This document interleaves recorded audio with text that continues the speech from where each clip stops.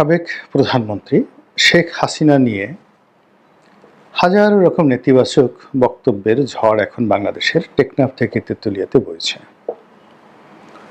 আমাদের বাংলাদেশে একটা কথা আছে, হাতি যখন গর্তে পড়ে তখন চামচিকা জাতীয় যে প্রাণী, অতি তুচ্ছ প্রাণী, ঘৃণিত, নিন্দিত, দুর্গন্ধ চামচিকা আপনারা অনেকেই দেখেছেন, কাছাকাছি গিয়েছেন কিনা জানি না। আপনারা যদি স্পর্শ করেন তো দেখবেন যে সেই চামচিকার শরীর থেকে বিকট দুর্গন্ধ আসছে, জীবাণু ছড়ায়, বাদর প্রজাতির প্রাণী এবং দেখতে কুৎসিত, ভীষণ রকম কুৎসিত। তো হাতিকে যদি আপনি সিমটম বা সিনড্রম, দুটো শব্দ এখানে, সিনড্রম, সিমটম অ্যান্ড সিনড্রম, দুভাবেই আপনি ব্যবহার করেন। এটা একটা রাজস্বিকতার প্রতীক, হাতি শক্তির প্রতীক, মর্যাদার প্রতীক, আভিজাত্যের প্রতীক এবং সর্বোচ্চ মানের, জমিনে সর্বোচ্চ মানের। যেমন বাঘ বা সিংহ, এদের রাজস্বিকতা একরকম, আর হাতির যে রাজস্বিকতা সেটা আবার অন্যরকম। তো সেই হাতি যখন কোনো গর্তের মধ্যে পড়ে যায় তখন চামচিকা জাতীয় প্রাণী যাদের কথা বললাম তারা গিয়েও সেখানে নানা রকম উৎপাত শুরু করে, এবং এটি বাংলা প্রবাদ এবং প্রবচনে ওভাবে এসেছে। তো এখন শেখ হাসিনাকে নিয়ে বাংলাদেশে যারা কথাবার্তা বলছে প্রায় বেশিরভাগ লোকই খুবই আপত্তিকর কথাবার্তা বলছেন। এর মধ্যে অনেক প্রাজ্ঞজন আছেন, গুণীজন আছেন, তারা শেখ হাসিনার সমালোচনা করছেন, তবে যথেষ্ট শালীনতা নিয়ে, ভীষণ রকম শালীনতা নিয়ে। এবং যারা আরও উঁচু মার্গের লোক, বড় বড় দলে, তারা শেখ হাসিনার সম্পর্কে একটি টু শব্দ এখন পর্যন্ত উচ্চারণ করেননি। এর কারণ হলো ভদ্রলোকের যে লক্ষণ, ভালো মানুষের যে লক্ষণ, তারা কখনই কোনো বিপদগ্রস্ত মানুষ, কোনো পরাজিত মানুষ, কোনো মৃত মানুষ, কিংবা যে মানুষ আর এখন দৃশ্যপটে নেই তাদেরকে নিয়ে কথা বলা, সমালোচনা করা একটা কাপুরুষতার লক্ষণ বলে মনে করেন। ফলে আপনি দেখবেন যে আমরা অনেকেই হয়তো শেখ হাসিনাকে নিয়ে সমালোচনা করছি, কিন্তু এখনো পর্যন্ত জনাব তারেক রহমান সাহেব কিংবা মির্জা ফখরুল ইসলাম আলমগীর সাহেব কিংবা ধরুন একেবারে আওয়ামী লীগ জমানাতে তার দ্বারা মারাত্মকভাবে ক্ষতিগ্রস্ত হয়েছেন অনেক ব্যবসায়ী, কামলা থেকে শুরু করে সবাই, তাদের মধ্যে যারা শ্রেষ্ঠতর তারা একটা টু শব্দ এখন পর্যন্ত উচ্চারণ করেননি। এবং তারা সবাই আওয়ামী লীগ যতদিন ক্ষমতায় ছিল তখন 10 মুখে শেখ হাসিনার সমালোচনা করেছেন বাপের বেটার মতো, তারপর আওয়ামী লীগের সমালোচনা করেছেন বীরের মতো, কিন্তু এখন এই দুঃসময়টাতে তারা করছে না। কিন্তু কিছু মানুষ দেখা গেল যে ভীষণভাবে একেবারে এই বাংলাদেশে বসে এই মুহূর্তে শেখ হাসিনার সেই পার্সোনাল একটা পায়ের নখ থেকে চুল পর্যন্ত প্রায় প্রতিটি জিনিস নিয়ে খুবই নিম্নমানের শব্দ ব্যবহার করে, আলাপ আলোচনা করে তাকে ছোট করার চেষ্টা করছে।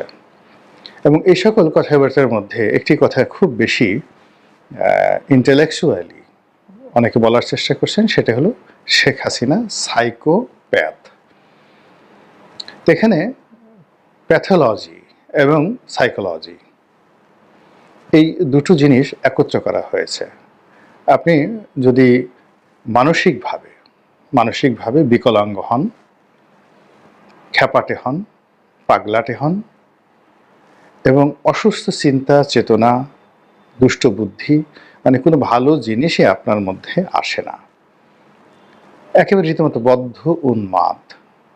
তো আমাদের দেশে উন্মাদরা কী করে?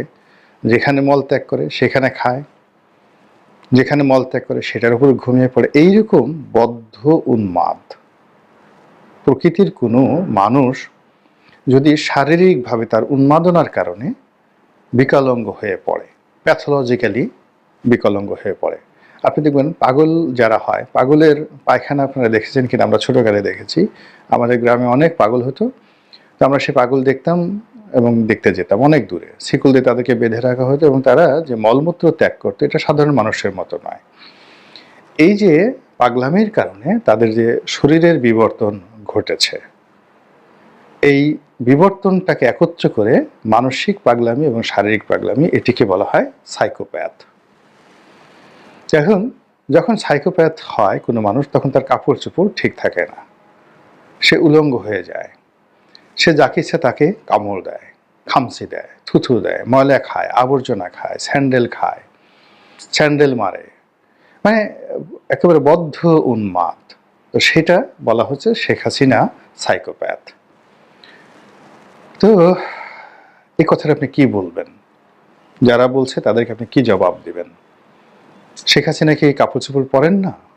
তিনি যদি সাইকোপ্যাথ হন, এরকম একটা বদ্ধ উন্মাদকে হাসপাতালে না নিয়ে ভারত যে তাকে রাষ্ট্রীয় মর্যাদা দিয়ে রেখেছে, নরেন্দ্র মোদী তার সাথে কথা বলছে, ডোনাল্ড ট্রাম্পের মতো মানুষ তাকে নিয়ে কথা বলছেন, ইট মিনস সারা পৃথিবীর যে রাজাবাদশা সবাই সাইকোপ্যাথ হয়ে আছেন, বদ্ধ উন্মাদ হয়ে আছেন, আর আপনি বা আমি, আমরা যারা বাংলাদেশে, আমরা সবাই একেবারে ফেরেশতার পর্যায়ে সততা নিয়ে আছি। এই কথাগুলো ইদানিং হচ্ছে এবং মানুষ প্রতিবাদ করছে না। এই যে আমরা যে প্রতিবাদ করছি না, এটাও আমাদের নিজেদের প্রতি জুলুম। অনেকে এই কথা শুনে খুব খুশি হচ্ছে, অনেকে আবার সাইকোপ্যাথ কাকে বলে এই জিনিসটা না বুঝেই তারা মনে করছেন এটা একটা বৈজ্ঞানিক শব্দ, কঠিন শব্দ, নিশ্চয়ই এটার একটা কোনো ভালো মানে আছে, গুরুত্বপূর্ণ একটা অর্থ আছে বটে। তো যেহেতু সে এই অর্থ জানে না, আবার জিজ্ঞেস করতে তার যথেষ্ট লজ্জা হয়, তো সে মনে করে আচ্ছা ঠিক আছে, শুনলাম, ভালো কথা, চুপচাপ আছে। তো অনেকে যারা বুঝেন তারা আনন্দ পান যে ঠিক আছে, শেখ হাসিনাকে এতকাল অপছন্দ করতাম, তাকে এখন বদ্ধ উন্মাদিনী বলা হচ্ছে, তো খুশি, ভালো খুশি। আর যারা শেখ হাসিনাকে পছন্দ করেন বা না করেন, কিন্তু একটা সুস্থ ধারার মানুষ হিসেবে নিজেকে মনে করেন, তারা অন্য যে কোনো মানুষকে যদি এরকম সাইকোপ্যাথ বলা হয়, তখন তারা অসম্মানিত বোধ করেন, বিব্রত বোধ করেন। তো এই জিনিসগুলো বাংলাদেশে চলছে। তো যা হোক, যেটা বলছিলাম যে যারা সমালোচনা করছেন দশ মুখে, সামাজিক মাধ্যমে, গণমাধ্যমে তাকে সাইকোপ্যাথ বলার চেষ্টা করছেন, একেবারে চোখ গোল গোল করে, আঙ্গুল উঁচু করে, অথচ এই মানুষগুলো শেখ হাসিনা যখন ছিলেন, তখন শেখ হাসিনা যদি খালি তাদের দিকে চোখ গরম করে তাকাতেন, অনেকের কাপড় চোপড়, জাইঙ্গা, সমস্ত কিছু নষ্ট হয়ে যেত। তো সেই মানুষগুলো অলনে ছাড়েন, এখন খুব শক্তিশালী হয়ে পড়েছে। এখন আমার বক্তব্য হলো যে শেখ হাসিনা যদি সাইকোপ্যাথই হবেন, তাহলে তাকে কেন্দ্র করে এত উন্মাদনা কেন? তাহলে বাংলাদেশের সব মানুষ কি পাগল হয়ে গেল? কেন তাকে কোটি কোটি মানুষ ভালোবাসে? কেন আওয়ামী লীগের একটা সিঙ্গেল লোক, আওয়ামী লীগের লোক বলছে যে আওয়ামী লীগ তাদের শাসনামলে অনেক অন্যায় করেছে, জুলুম করেছে, ভুল করেছে, যেগুলো করা ঠিক হয়নি।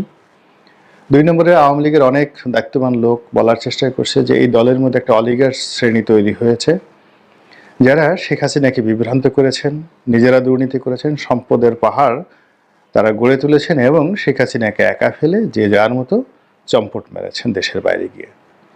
এই জিনিসগুলো কিন্তু আওয়ামী লীগের মধ্যে আলোচনা হচ্ছে। অনেকে মৃদুভাবে শেখ হাসিনাকে সমালোচনা করছেন যে তিনি ভালো লোকগুলোকে বাদ দিয়ে মন্দ লোকদেরকে কাছে টেনে নিয়েছেন। কিন্তু তারপরেও শেখ হাসিনার সম্পর্কে আওয়ামী লীগের যদি 35% লোক আওয়ামী লীগ করে, তাদের একজন লোক, সিঙ্গেল আওয়ামী লীগের একজন লোককে খুঁজে পাবেন না যারা শেখ হাসিনাকে সাইকোপ্যাথ হিসেবে মনে করে, তাকে অসম্মান করে, বা আগামীতে আওয়ামী লীগের নেতৃত্বে শেখ হাসিনার পরিবর্তে অন্য কোনো বিকল্প ব্যক্তি সোহেল তাজকে দেখতে চায়। এরকম একটা সিঙ্গেল লোক আওয়ামী লীগে কিন্তু নেই। যারা আওয়ামী লীগের বিরোধী শক্তি, তারাই যাকে তাকে আওয়ামী লীগের সভানেত্রী বানায়, সভাপতি বানায়, যাকে তাকে আহ্বান করে। কিন্তু আওয়ামী লীগের যারা লোকজন, তারা কিন্তু শেখ হাসিনাকে নিয়ে সিমেন্টেড আছে। এর কারণটা কি? এর কারণটা আমি আমার নিজের জীবন থেকে বলি। তার অনেক ত্রুটি আছে, ভুল আছে, অপরাধ আছে, এবং তিনি ঠোঁটকাটা স্বভাবের। সেই 1981 সন নয়, আপনি বঙ্গবন্ধুর অসমাপ্ত জীবনীতে পড়ে দেখবেন, যাদের সঙ্গে ডক্টর ওয়াজেদ অর্থাৎ শেখ হাসিনার হাজব্যান্ড সম্পর্ক রয়েছে, তারা কিংবা শেখ হাসিনার সঙ্গে ব্যক্তিগত সম্পর্ক রয়েছে। ওনার মূল ব্যাপার হলো যে তার মুখে কোনো কথা আটকায় না। তো তিনি দেখা গেল অনেক সময় অনেককে অনেক বেফাঁস মন্তব্য তিনি করে ফেলেন, অসম্মান করেন, খোঁটা দিয়ে কথা বলেন, ডেকে নিয়ে দাওয়াত করে খোঁটা দিয়ে কথা বলেন। কিন্তু সবার উপরে তার যে জিনিসটি রয়েছে সেটা হলো মানবতাবোধ, ভদ্রতাবোধ এবং আবহমান বাঙালির যে কৃষ্টি কালচার, তার সঙ্গে the political leadership and quality.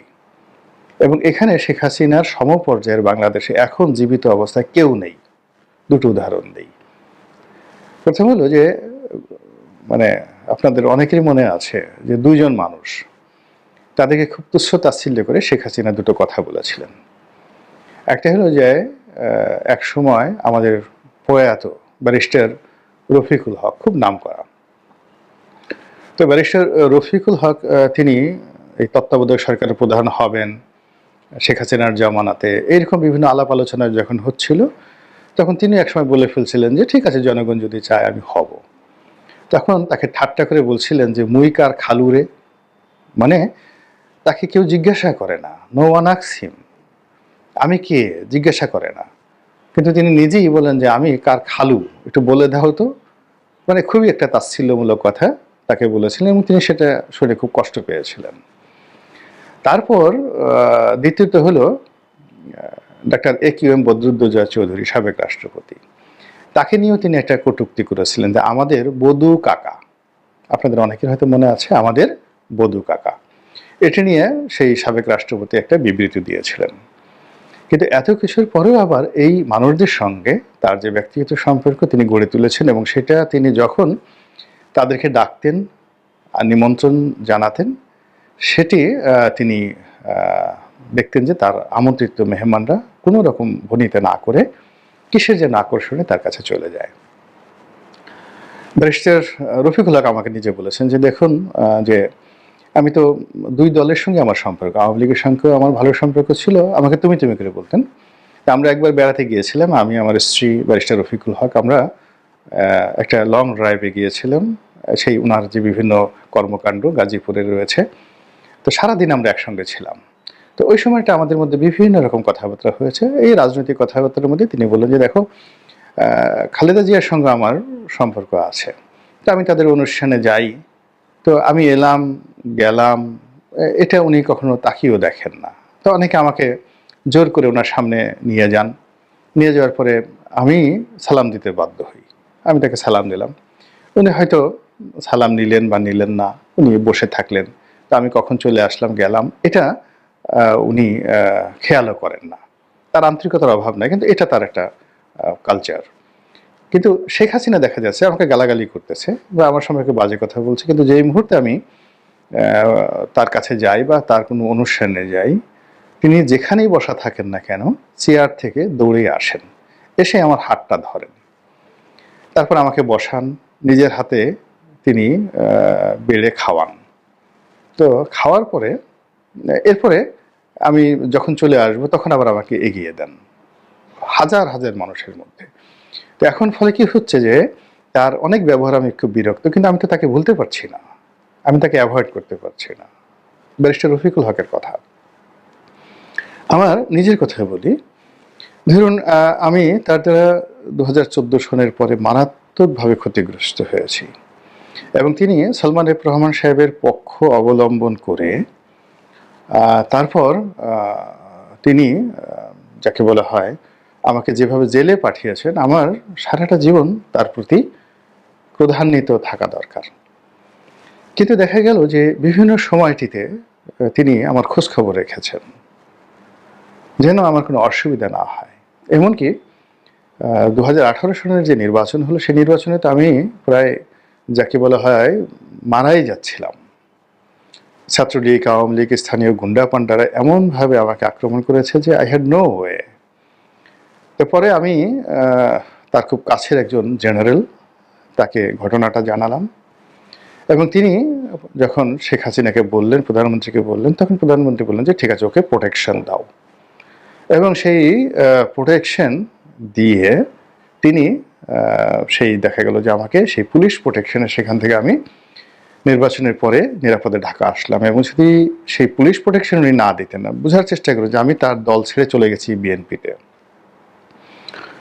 এতে তিনি অপমানিত, লাঞ্ছিত। তো সেখানে আমাকে পুলিশ প্রোটেকশন না দিয়ে তিনি তো আমাকে আরও লাঞ্ছিত করার কথা, কিন্তু তিনি সেটা করেননি। আমার বিপদের সময় আমি তাকে বলিওনি, কেবলমাত্র আমার পক্ষে একজন তার ঘনিষ্ঠ মেজর জেনারেল, তিনি তাকে গিয়ে বলেছেন।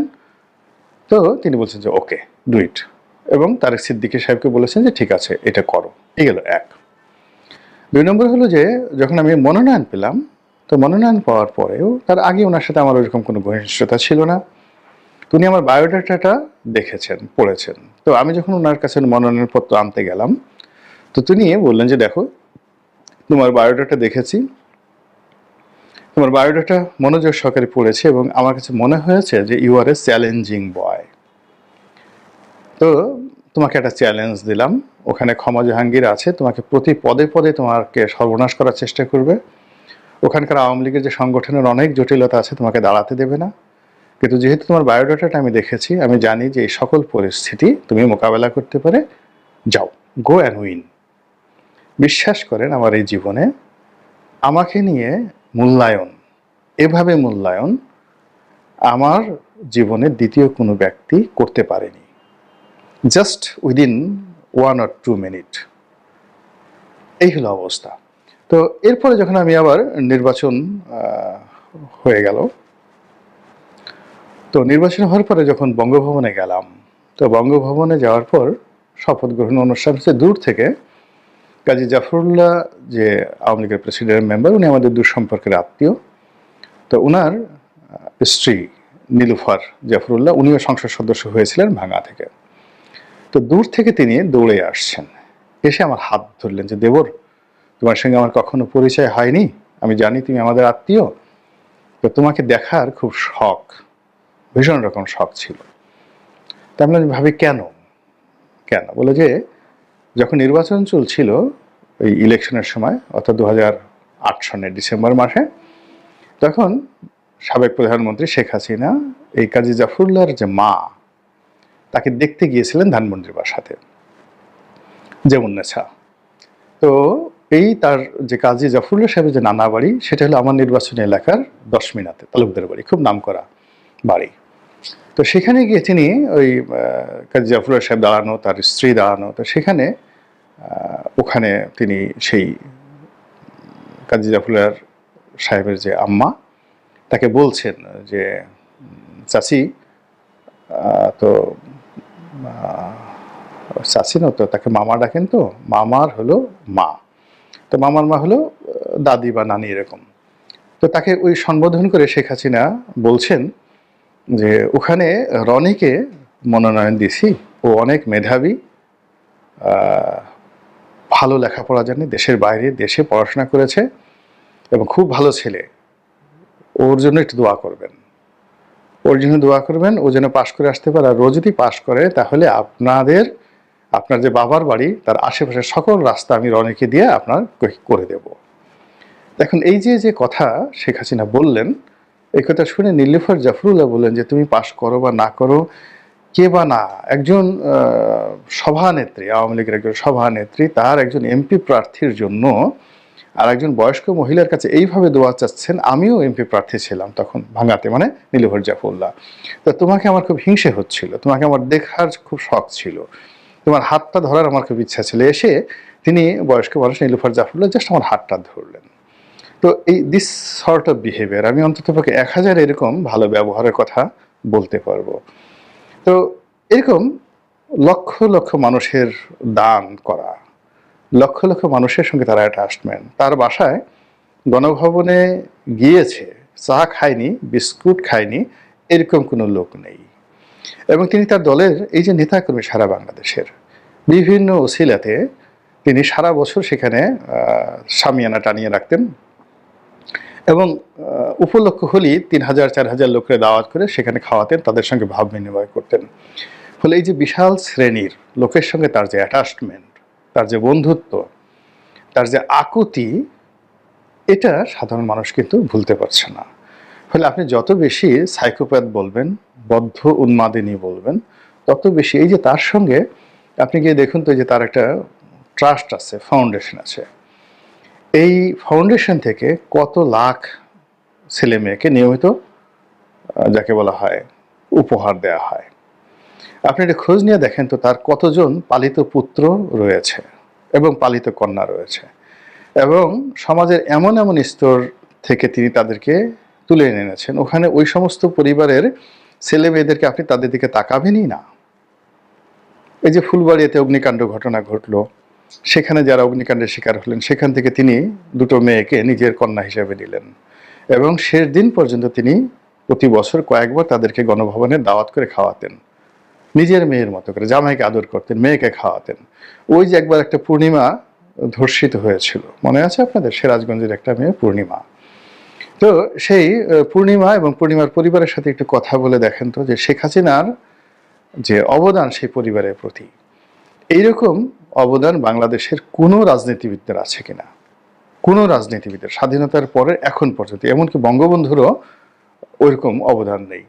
এই যে তার যে মানবিক গুণাবলী, তার দানবীয় গুণাবলীটা, যারা বলছেন তিনি ওই অমুক মেজর বজলুল হুদাকে নিজের হাতে জবাই করছেন, সাইকোপ্যাথ, আমি কোনো বিতর্কে যাব না।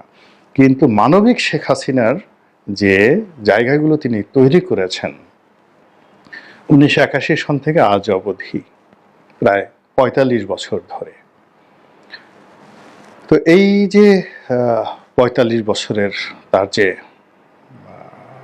মানবিক কর্মকাণ্ড, এই মানবিক কর্মকাণ্ড যতক্ষণ না পর্যন্ত আরও একজন রাজনীতিবিদ অতিক্রম করতে না পারবেন with a better shape, better activities, ততক্ষণ পর্যন্ত এরকম কোটি কোটি মানুষ যারা গালি দিবেন তাকে, তারা কেবলই তাদের অভিশাপের উপলক্ষ হবেন। আবার অন্যদিকে তার চেয়ে যদি ভালো কাজ আমরা কেউ করতে না পারি, সেক্ষেত্রে শেখ হাসিনার এই যে রাজনীতি, এটিকে মোকাবেলা করা সম্ভব নয়। বোঝার চেষ্টা করুন যে তিনি আওয়ামী লীগের জন্য রাজনীতি করেন, বিএনপির জন্য নয়, জামাতের জন্য নয়। জামাতের আমির জামাতের লোকের কাছে খুবই প্রিয়। তারেক রহমান সাহেবকে আওয়ামী লীগের লোকজন যতই খারাপ মনে করুক না কেন, তিনি তাদের লোকের কাছে প্রিয়। আর শেখ হাসিনাকে যতই খারাপ বলেন না কেন, তিনি আওয়ামী লীগের লোকের কাছে খুবই প্রিয়।